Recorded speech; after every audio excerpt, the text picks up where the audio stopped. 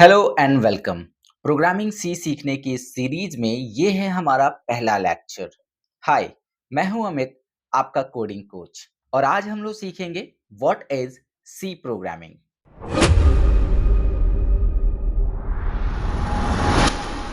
तो programming C सीखने की इस सीरीज में आज हम लोग शुरुआत करेंगे सी के इंट्रोडक्शन से। सबसे पहले ये समझने की कोशिश करेंगे कि सी लैंग्वेज क्या होती है एंड क्यों सी लैंग्वेज सीखनी ज़रूरी होती है।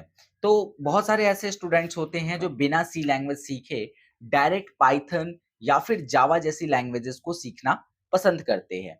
लेकिन मैं आपको बता दूं कि अगर आप बिना सी लैंग्वेज को सीखे जावा या पाइथन या कोई भी दुनिया की प्रोग्रामिंग लैंग्वेज है, चाहे वो जावा स्क्रिप्ट हो या फिर कोई दूसरी लैंग्वेज हो, अगर आप उसे सीखने की कोशिश करेंगे तो आप फेल होंगे, बिकॉज आपको प्रोग्रामिंग का बेस नहीं पता है।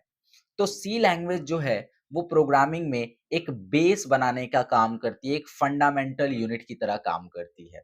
क्योंकि अगर आपने सी के सिंटेक्स, सी के स्ट्रक्चर्स को नहीं पढ़ा तो फिर आपको दूसरी प्रोग्रामिंग लैंग्वेजेस में कहीं ना कहीं दिक्कत आएंगी। तो आई होप आपके माइंड से ये बात निकल गई होगी कि बिना सी सीखे हम दूसरी प्रोग्रामिंग लैंग्वेजेस सीख सकते हैं या नहीं सीख सकते हैं। तो जवाब है बिल्कुल सीख सकते हैं, बट आपको क्लैरिटी नहीं आएगी जो क्लैरिटी आप लाना चाहते हैं। ओके, तो अब हम शुरू करने वाले हैं what is C programming. C programming क्या है ये समझ लेते हैं। C programming is a high-level general-purpose programming language that is used to create software applications and system softwares। तो C programming जो है वो एक high level general purpose programming language है जिसका यूज करके आप कुछ सॉफ्टवेयर्स क्रिएट कर सकते हैं। जैसे मान लो कि आप एक पेन ड्राइव लेते हैं एंड उस पेन ड्राइव को अपने कंप्यूटर से फर्स्ट टाइम कनेक्ट करते हैं। तो उस पेन ड्राइव के अंदर एक सॉफ्टवेयर छुपा होता है, उस पेन ड्राइव के अंदर एक ड्राइवर होती है जो कि ऑटोमेटिकली आपके कंप्यूटर में इंस्टॉल्ड हो जाती है। तो इस तरीके के जो ड्राइवर्स होते हैं ना, उनको बनाने के लिए सी प्रोग्रामिंग का इस्तेमाल किया जाता है। इसे बनाया था डेनिस रिची ने 1972 में, और इसे बनाया था बेल लेबोरेटरी में। हालांकि डेनिस रिची ने इसे तब एक ऑपरेटिंग सिस्टम को डेवलप करने के लिए बनाया था, लेकिन बाद में ये प्रोग्रामिंग लैंग्वेज इतनी ज़्यादा पॉपुलर हुई कि लोगों ने इसको ज़्यादा यूज करना शुरू किया एंड धीरे धीरे ये प्रोग्रामिंग लैंग्वेज काफ़ी ज़्यादा पॉपुलर हो गई। तो आई होप आपको ये कॉन्सेप्ट क्लियर हो गया है कि सी प्रोग्रामिंग एक्चुअली में क्या है और इसे किसने बनाया है।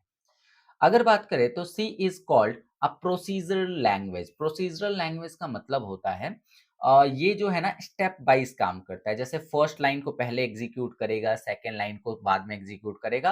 अब ये चीज जो प्रोसीजरल लैंग्वेज है वो मैं आपको समझा रहा हूँ कि दो तरह की लैंग्वेजेस होती हैं, एक प्रोसीजरल लैंग्वेज होती है और एक ऑब्जेक्ट ओरिएंटेड लैंग्वेज होती है। तो जो प्रोसीजरल लैंग्वेज होती है ना, इसमें आपको सेम काइंड ऑफ कोड्स को बार बार लिखना पड़ता है। जैसे जब आप सी लैंग्वेज सीखेंगे तो आपको समझ में आएगा कि यार मुझे एक ही कोड को ना कई बार लिखना पड़ रहा है। जबकि ऑब्जेक्ट ओरिएंटेड में क्या होता है कि आप एक बार ऑब्जेक्ट ओरिएंटेड में एक बार कोडिंग कर देते हैं और उसको मल्टीपल टाइम्स आप उसे ऑब्जेक्ट बनाकर यूज कर सकते हैं। तो वो जब सी प्लस प्लस पढ़ेंगे तब आपको पता चलेगा what is difference between procedural language and object oriented language. तो सी एक प्रोसीजरल लैंग्वेज है जबकि सी प्लस प्लस एक ऑब्जेक्ट ओरिएंटेड लैंग्वेज है। वो तब डिफरेंस को हम लोग क्रिएट करेंगे। अच्छा, इसका मतलब क्या है? सी एक प्रोसीजरल लैंग्वेज है which means it follow a set of steps. मैंने जैसे कहा ना कि ये स्टेप वाइज काम करता है। फर्स्ट स्टेप को पहले रन करेगा, सेकंड को बाद में रन करेगा, ऐसे काम करता है to solve a problem. It is one of the most widely used programming language and it's considered the foundation of modern programming। मैंने कहा कि ये जो लैंग्वेज थी ना वो काफी ज्यादा पॉपुलर प्रोग्रामिंग लैंग्वेज थी, वाइडली यूज्ड, बहुत ज्यादा इस्तेमाल होती है ये प्रोग्रामिंग लैंग्वेज। और अगर देखा जाए तो आज की जितनी भी प्रोग्रामिंग लैंग्वेजेस है, चाहे वो जावा हो, चाहे वो पाइथन हो, चाहे वो कोई और प्रोग्रामिंग लैंग्वेज हो, वो सब कहीं ना कहीं सी लैंग्वेज के सिंटेक्स को ही फॉलो करते हैं। सो अगर आपको इनमें से कोई सी भी लैंग्वेज सीखनी है, जावा हो, पाइथन हो या पीएचपी हो, या फिर आपको जावा स्क्रिप्ट सीखनी हो, आपको सबसे पहले सी लैंग्वेज सीखनी चाहिए। क्यों? इसी वजह से सी लैंग्वेज को मदर ऑफ प्रोग्रामिंग लैंग्वेज भी कहा जाता है। मदर ऑफ प्रोग्रामिंग लैंग्वेज इसलिए कहा जाता है क्योंकि इसी लैंग्वेज के सिंटेक्स को बाकी के प्रोग्रामिंग लैंग्वेजेस यूज करते हैं। तो अगर आपको सी प्रोग्रामिंग लैंग्वेज अच्छे से आती है, तो आप दुनिया की कोई सी भी प्रोग्रामिंग लैंग्वेज बड़े ही आसानी से सीख सकते हैं। ओके? चलिए, तो ये तो था इंट्रोडक्शन पार्ट।